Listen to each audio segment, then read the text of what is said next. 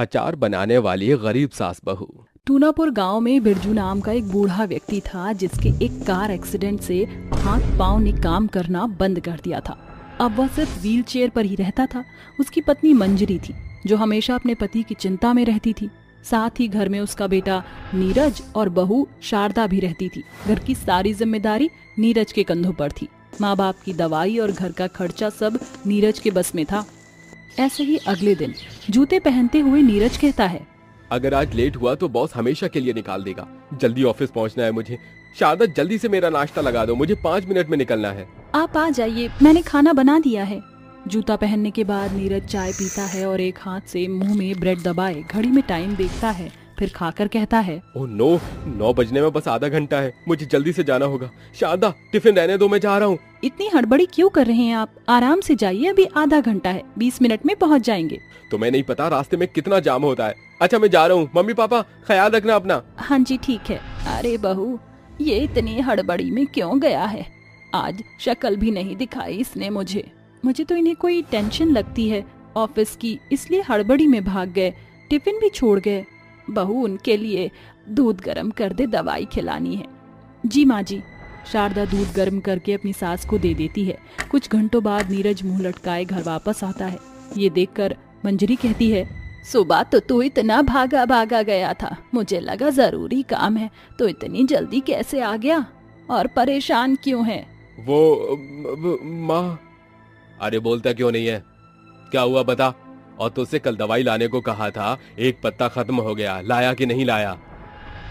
नहीं लाया पिताजी, हड़बड़ी में भूल गया था और जेब में पैसे भी नहीं थे। जो पैसे थे उससे राशन और बिजली बिल भर दिया था। और आज मेरी नौकरी भी चली गई। क्या? नौकरी भी चली गई? पर कैसे? ऐसा कैसे क्यों हो गया? मैं ट्रैफिक के कारण समय पर नहीं पहुंच रहा था। कुछ टाइम से काम भी पूरा न होने पर उन्होंने मुझे 3 वार्निंग दी जो मैंने गंवा दी, और आज उन्होंने मुझे रफा दफा कर दिया। आप तो जानते हैं, वहां से टाइम पर निकलता था, उसके बाद मेरे बॉस मुझसे चिढ़ने लग गए। अरे पागल है क्या तेरा वो मालिक? वक्त की नजाकत को समझ नहीं सकता? उस बेचारे की भी क्या गलती? तेरे साथ बार बार ऐसे हुआ है तो कोई मालिक बर्दाश्त थोड़े करेगा। अरे आप मेरे बच्चे को और क्यों सुना रहे हैं? चुपचाप बैठो, बहुत मेहनत करता है वो। कोई बात नहीं बेटा, तू दूसरी नौकरी देख ले, एक ही नौकरी थोड़े होती है। नीरज जी, माँ जी बिल्कुल ठीक कहती हैं, आप और जगह नौकरी के लिए अप्लाई करें, देखिएगा इससे बेहतर नौकरी मिलेगी आपको। हाँ, अब कैसे चलेगा अगले महीने का खर्चा? आप चिंता मत करिए नीरज जी, भगवान की दया से काम चल जाएगा। इस तरह मंजरी अपने पति की व्हील चेयर लेकर कमरे में चली जाती है। वहीं नीरज दूसरी नौकरी की तलाश करता है जहां कहीं भी बात नहीं बनती। सिलेंडर भी खत्म हो जाता है, जिसके बाद शारदा को चूल्हे का उपयोग करना पड़ता है। साथ ही घर का राशन और पैसे भी लगभग खत्म हो चुके थे। घर की स्थिति डामाडोल हो गई। शाम को नीरज घर वापस लौटा तो मंजरी पूछती है, बेटा नौकरी मिली कहीं? माँ, जहाँ से भी अभी आया हूँ वो बहुत कम सैलरी दे रहे हैं, उसमें हमारे घर का खर्चा चलता नहीं, तो मैंने मना कर दिया। और कहीं बात भी नहीं बनी, कोई काम नहीं मिल रहा। कोई बात नहीं, आज नहीं मिली तो कल मिल जाएगी। आप हाथ मुंह धोकर खाना खा लीजिए। सब्जी नहीं थी इसलिए जो अचार परसों बनाया था उसी से आज हम सब काम चलाएंगे। कोई बात नहीं बहू, अचार से खाने में भी स्वाद आ जाता है। सभी लोग अचार से खाना खाते हैं, तभी नीरज कहता है, अरे वाह शारदा, तुमने तो काफी अच्छा अचार बनाया है, किसी सब्जी से कम स्वाद नहीं आ रहा है इसमें। हाँ बहू, अचार तो तू बहुत अच्छा बनाती है। हाँ माँ जी, मेरी माँ भी कहती थी, मैंने गाजर का अचार भी बनाया है, लेकर आऊँ आपके लिए? हाँ ले आओ। अरे मंजरी, जल्दी खा लो, फिर मुझे भी खिलाओगे? मैं कब तक ऐसे बैठा रहूंगा? हाँ जी आती हूँ।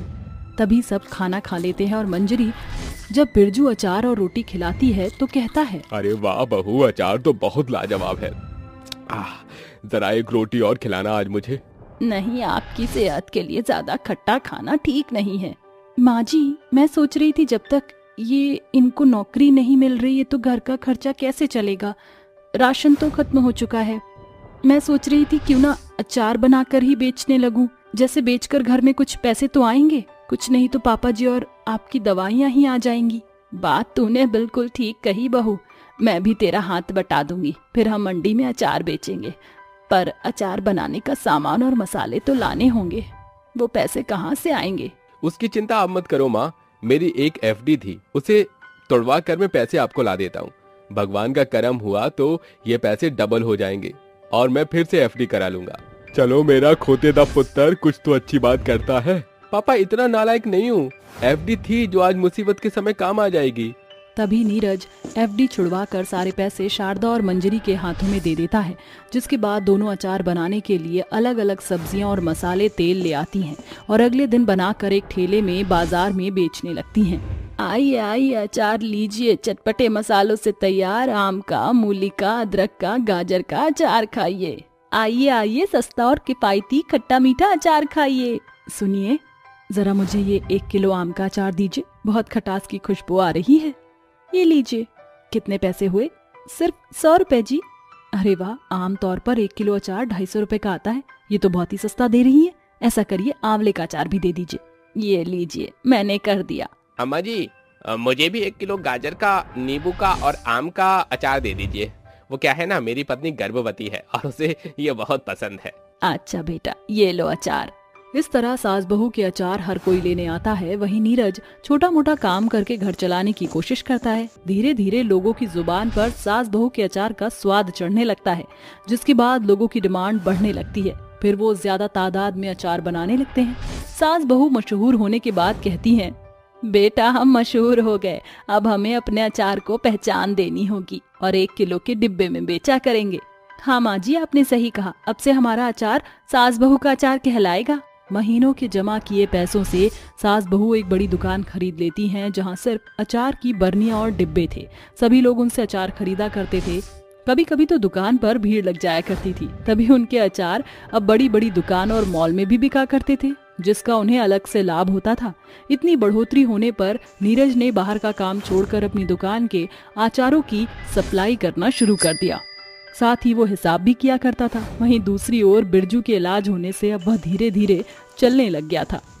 बहू, देखते ही देखते हम जमीन से आसमान में उड़ने लगे। आज तेरे बनाए हुए अचार ने हमारी जिंदगी बना दी। ये सब तेरी वजह से हुआ है। तेरी मेहनत से नीरज भी काम पर लग गया और तेरे पापा जी भी ठीक हो गए। अरे नहीं माँ जी, ये सब मेरे अकेले की बस की कहाँ थी। इसमें तो सबसे ज्यादा आपने मेरा साथ दिया है और परिवार का प्यार भी, जिससे आज हम यहाँ हैं। इस तरह सास बहू खुशी खुशी रहने लगते हैं। साथ ही उनके अचार दूसरे शहर में भी